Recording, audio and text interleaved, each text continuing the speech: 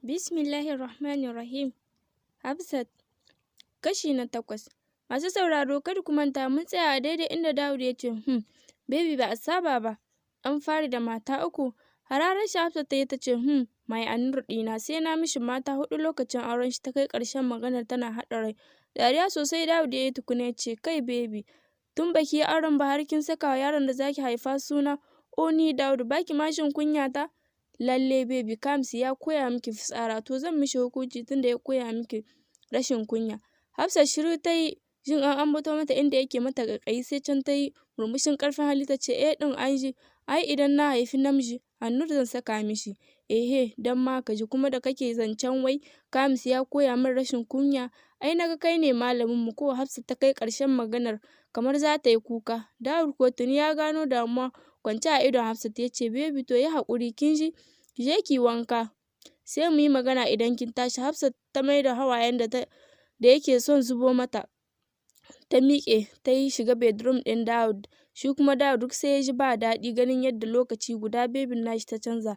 Ya ce ko ma meye gobe za mu yi magana na ji meye ya saka baby cikin damuwa daga ambaton Kamis. Kamis na zaune yana tunanin Hafsat so yake ya kira ta amma baya son ta raina shi. Gani ya kasa jurewa ya ɗauki wayar shi har ya shiga kontak ɗin lambobin shi sai kuma ya yi tsuki ya ce yanzu daga na kira ta za ta raina ni. Na ma fasa kiran an jima ai ta kira ni. Ajiye wayar ya miƙe ya bar ɗakin. Malam Nazir ko ganin ba Hafsat a school ɗin sai ya rubuta takardar sallama ta ɗaukar hutu sati 2. Sir Abdul Muhammad ya ce Malam Nazir ko dai akwai matsala ne ka ɗauki hutu har na sati 2 gaskiya ya yi yawa ka rage.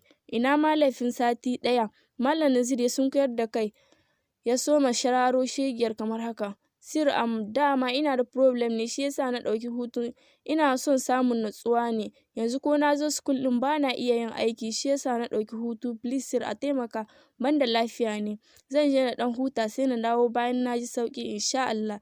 Sir Abdul Muhammad ya ce ayya sorry Nazir Allah ya baka lafiya ba komai ka je ka huta in ka samu sauƙi sai ka dawo. Murmushin jin daɗi Nazir ya ce thank you so much sir Allah ya saka da alheri. Sai Abdul Muhammad ya yi murmushi ya ce ba komai Allah ya taimaka. Malam Nazir ya ce amin. Nan ya bar ofis ɗin Sir Abdul Muhammad ya koma nashi kayan shi haɗa ya bar jami'ar zuwa gidansu. Murmushi ya ce my princess kewarki ta sa na yi ƙarya duk da muna waya kullum amma ba zan iya zama ba ke a school ɗin nan ba tunda baki nan. Yana wannan zancen zuci har ya isa gida. Habib ma ba shi da abin yi sai kallon ɗin Hafsat. Wani ya yi dariya wani ya ji ya ƙara jin kewarta. Yau ya je ofis ga aiki na a gaban shi amma ya kasa koda ɗaukar paper ne. Takardun da ke gaban shi tule sai kallon su yake. Nokin aka yi Habib ya ba da umarnin shigowa da sallama ya shigo amsa mishi Habib ya yi yana kallon shi da rinannun idanun shi farare wanda suka yi kamar yana jin bacci. Kana kallon shi zaka ga damuwa cikin idanun shi. Wanda ya shigo ya ce Habib lafiya wai na ga aiki na a gabanka amma baka taɓa koda biro ɗaya ba duk abinsa yake cike. Haba Habib dan Allah wai akan Hafsat ne aka soma tafiya duk ka bi ka saka wa kanka damuwa ko aikin ka kasa yi please ka natsu mana. In ce dai kullum sai kun yi waya da Hafsat a ƙarnin kashi. Hafsat sai ta kira ka sau 3 a rana ko sau 4 amma duk ka bi ka rame to yanzu idan ta yi aure ya za ka yi. Nauyoyin ajiyar zuciya Habib ya sauke ya ce ba za ka gane ba ne abokina. Na kasa cire tunanin ƙanwata ne na yi aikin amma zan ɗaure yanzu na yi idan Hafsat ta yi aure ai kuma ban san wani hali zan kasance ba saboda rashin ta kusa da ni abokina. Ka taya ni da addu'a Allah ya rage mini son Hafsat ko zan ke samun natsuwa. Abokin Habib ya ce to insha Allah zan taya ka kai ma ka yi ƙoƙarin haƙurin rashin ta tun wuri kafin lokaci rabuwar ku. Habib ya ce insha Allah zan gwada nan suka ci gaba da hirarsu. Abokin Habib na jan Habib da hira yana taya shi aikin duk don kar ya soma tunanin Hafsat. Shi kuma Habib sai ya ji sanyi yadda abokin nashi ya damu da shi, don haka ya kawar da tunanin Hafsat gefe ɗaya suka ci gaba da aikinsu. Yau su Hafsat kwanansu 12, yanzu jibi za su tafi. Hakan ya sa Dawud ya ce yau sai ta faɗa mishi abin da take ɓoye mishi tun da suka zo, yake bin kanta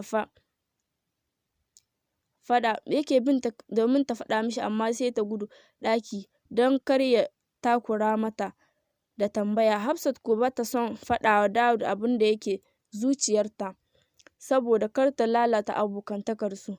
Zaune suke a falo suna kallo.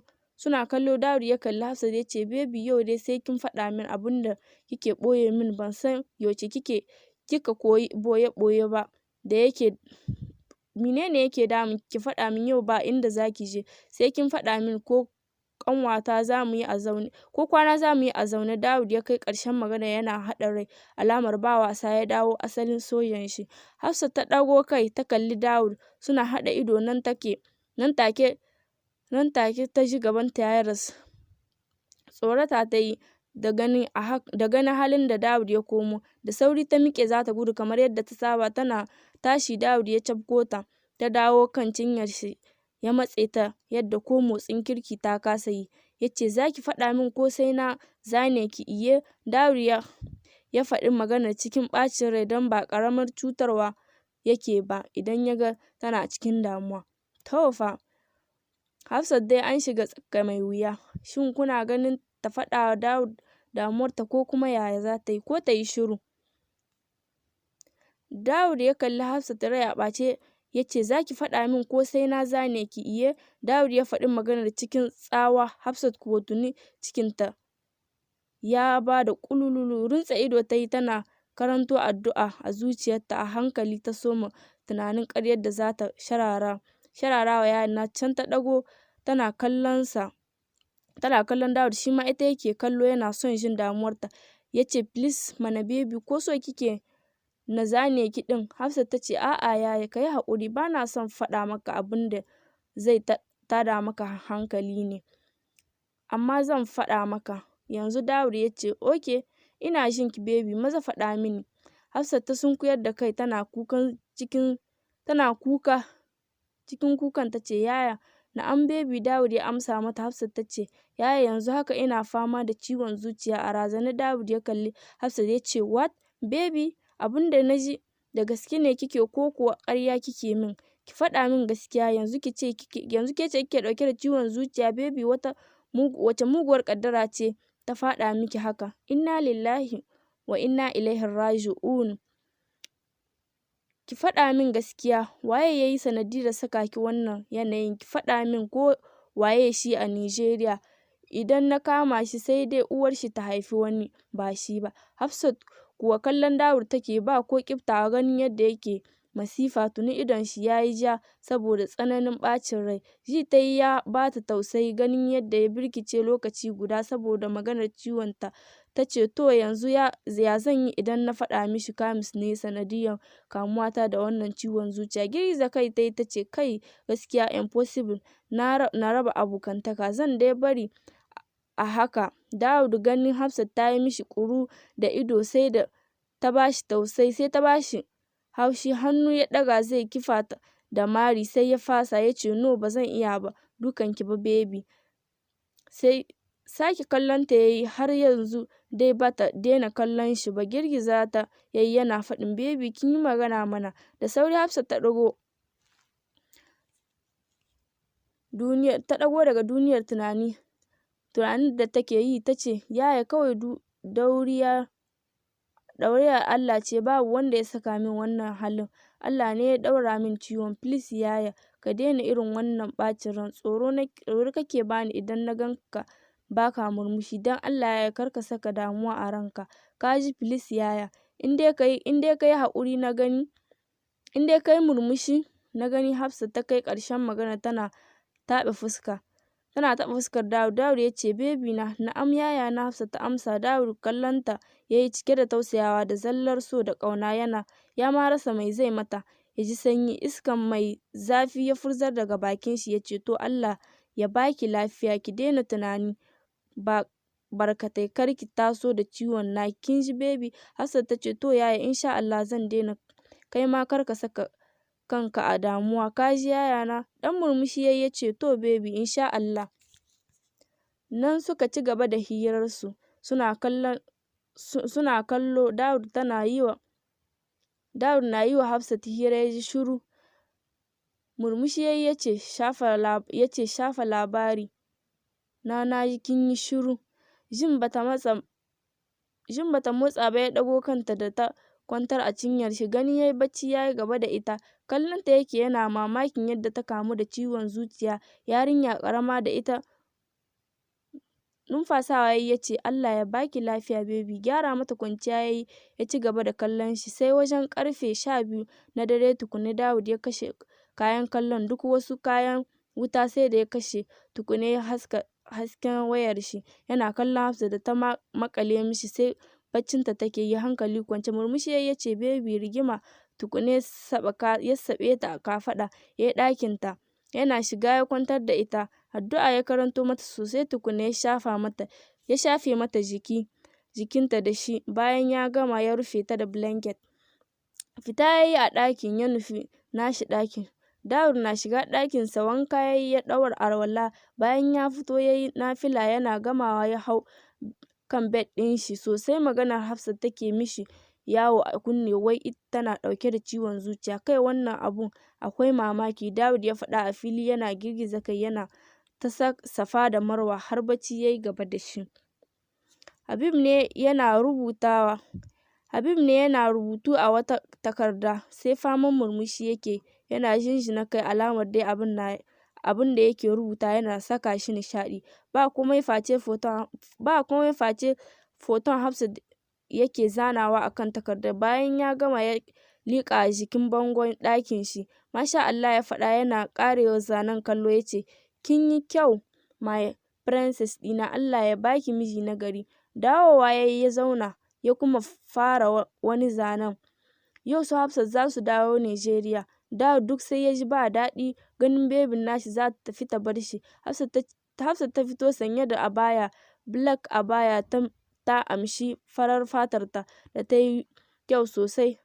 Ɗan kwalin abayar ta ɗaura ta yi kyau sosai. Falo ta fito tana jan akwatinta da wata leda a hannunta. Ta kalli Dawud kallon Dawud ta yi ta ce yaya na fito. Tsayawa ya kalle ta sai can ya ce to baby mu je Abu tuni ya yi gaba. Hafsat ta ce to yaya mu je. Fita suka yi inda aka jera motoci. Ɗaya daga cikin motocin Dawud ya buɗe kayan Hafsat ya amsa ya saka a baya tukune ya shiga. Dama Hafsat tuni tana ciki. Ya tada motar suka bar gidan har aeroport suka nufa. A mota kuwa Hafsat sai surutu take yi wa Dawud shi kuma yana dariya. Juyowa ya yi ya ce su baby sai Nigeria yau za a je a ga su mami ko. Murmushi Hafsat ta yi ta ce yaya amma zan yi kewarka ji nake kamar kar na koma na zauna da kai a nan kawai. Dawud ya ce to in dai kuka yi hutu sai kike da zuwa min ziyara ko. Hafsat ta ce to yaya insha Allah. Ƙarasowa suka yi aeroport ɗin suna nan cikin mota har jirgin su ya sauko. Hafsat ta ce yaya har jirgin mu ya zo fa. Dawud ya ce gashi nan fita mu je. Assalamu alaikum wa rahmatullahi ta'ala wa barakatuhu. ‘Yan uwana mutan Nijar, Mirabi Collection, ‘yar mutan Nijar, na muku albishir da kayan mata gangariya na gyaran aure wanda zaki zama mowa a gurin oga. Kayan mu ingantattu ne domin an gwada kuma an dace. Kaya ne na manyan mata. Mun zo muku da ingantattun magunguna kamar haka: hatsabibiyar mallaka, mulkin mallaka, shu'umar mallaka, baƙar mallaka, turaren sirrinki, tsumin lahaula, gumbar bujenki shagab, turaren bita zaizai, maganin gyaran nono, haɗin matar minista. Akwai kuma haɗi na musamman wato tafisu, maganin hips, maganin rage tumbi da sauransu. Domin ƙarin bayani ku tuntuɓe mu akan wannan lambar 81 94 58 98. Kayan mu ba su da illa sannan muna iya aikawa ko ina a faɗin duniyar nan. Assalamu alaikum wa rahmatullahi ta'ala wa barakatu. Kamfaninmu na Mirabi Collection, 'yar mutan Nijar, na muku albashir da kayan mata gangariya na gyaran aure, wanda zaki zamo mowa a gurin oga. Kayanmu ingantattu ne domin an gwada kuma an dace. Kaya ne kuma na manyan mata.